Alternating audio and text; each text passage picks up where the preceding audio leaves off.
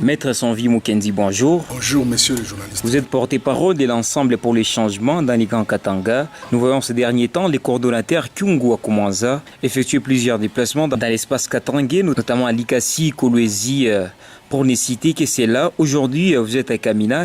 Quel est l'objectif de tous ces déplacements? Vous venez de bien dire que l'honorable Antoine Gabriel Kyungu Akumanza est le coordonnateur régional de Ensemble au niveau du Grand Katanga. C'est dans le cadre des prérogatives qui lui reviennent.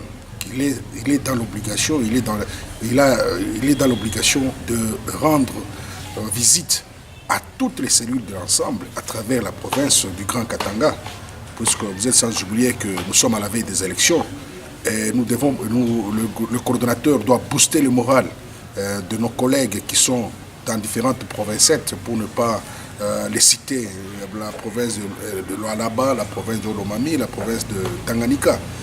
C'est dans ces prérogatives. Et cela, nous sommes en train de transmettre un message venu de l'ensemble, venu du chairman Moïse Katumbi Tchapouin, en ce qui concerne l'élagage de la machine à voler, la machine à tricher, la machine à dauphin Chagari et le nettoyage du fichier électoral. Au-delà de ça, qu'il y ait une élection inclusive, crédible et transparente. Quand nous disons inclusive, c'est-à-dire que tous les candidats doivent se retrouver dans ces élections, y compris le chairman Moïse Katumbi Tchapouin.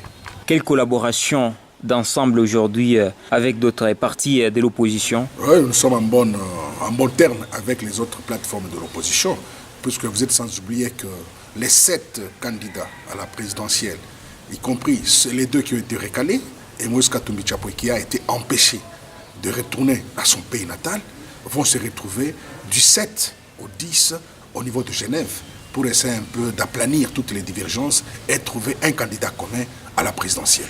Depuis un temps, nous avons vu le président Moïse Katumbi aux côtés de Félix Tshisekedi dernièrement. Et c'est une façon de soutenir l'idée de l'IDPS, celle d'aller aux élections avec ou sans la machine à voter. C'est pour vous faire voir que l'opposition reste unie, en dépit des différentes supputations, en dépit des différentes déclarations des personnes non autorisées au nom de l'opposition. C'est-à-dire que l'opposition est prête d'aller aux élections. Lorsque les 2 leaders se retrouvent ensemble, il n'y a pas de problème entre eux, il n'y a que la convergence d'idées. C'est un peu ça. Dire qu'aller aux élections avec ou sans machine à voter, j'aurais de vous dire qu'il y a une réunion au Grand Sommet à Genève qui commence dès demain jusqu'au le 10.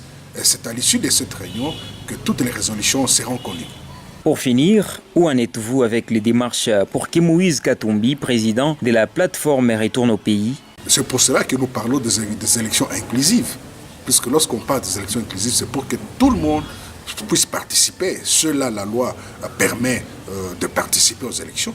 Nous nous battons pour que M. Moïse Katumbi Tchapouin, le président de Ensemble au niveau national, puisse regagner son pays, puisqu'il n'est reproché d'aucune infraction. Vous êtes sans oublier qu'il était au niveau de Kasumbalesa pour retourner à son pays.